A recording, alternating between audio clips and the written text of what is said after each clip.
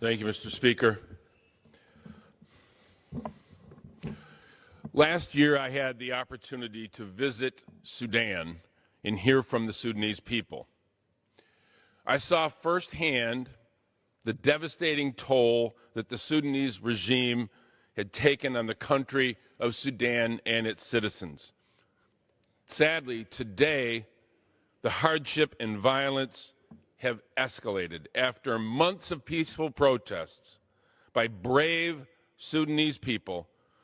Sudan's longtime leader, President Omar al-Bashir, was removed from power.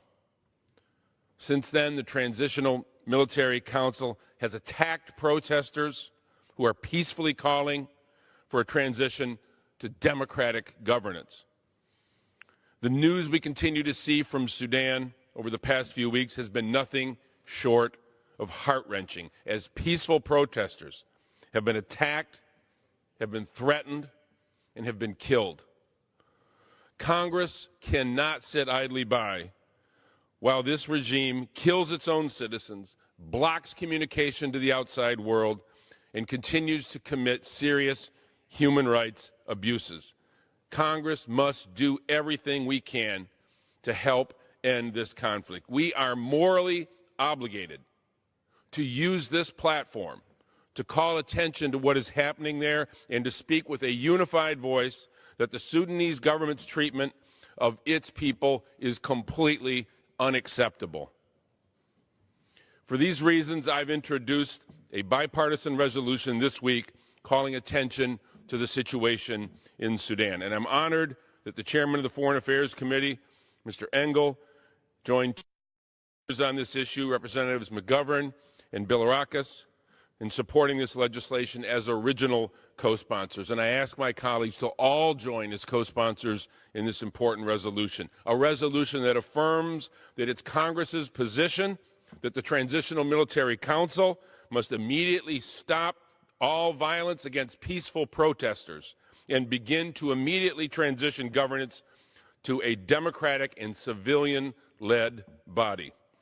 The Sudanese people have the right to freedom from oppression and violence and live in a country where they can choose their own leaders without fear of prosecution, without fear of violence, without fear of being killed for simply asserting their right to self-determination, as all human beings ought to be allowed. Simply, the ability to peacefully assemble and have one's voice heard is a basic human right that should be afforded to all people, including all citizens of Sudan. This resolution also makes it clear that Sudan must improve dramatically if it wants a productive engagement with the United States of America, including political reform and respect for basic human rights. This resolution affirms the right of the Sudanese people to assemble peaceably and condemns the government's use of violence against protesters and journalists.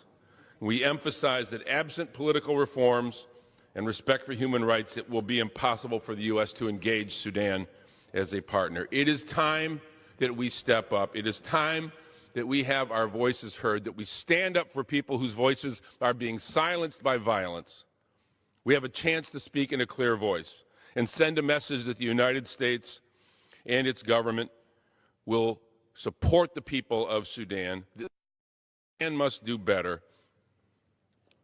because we and the world are watching. Sudan cannot be allowed to go down this dangerous path. We have to stand with the people of Sudan, stand for their democratic rights, allow their voices to be heard, and allow them to live in freedom.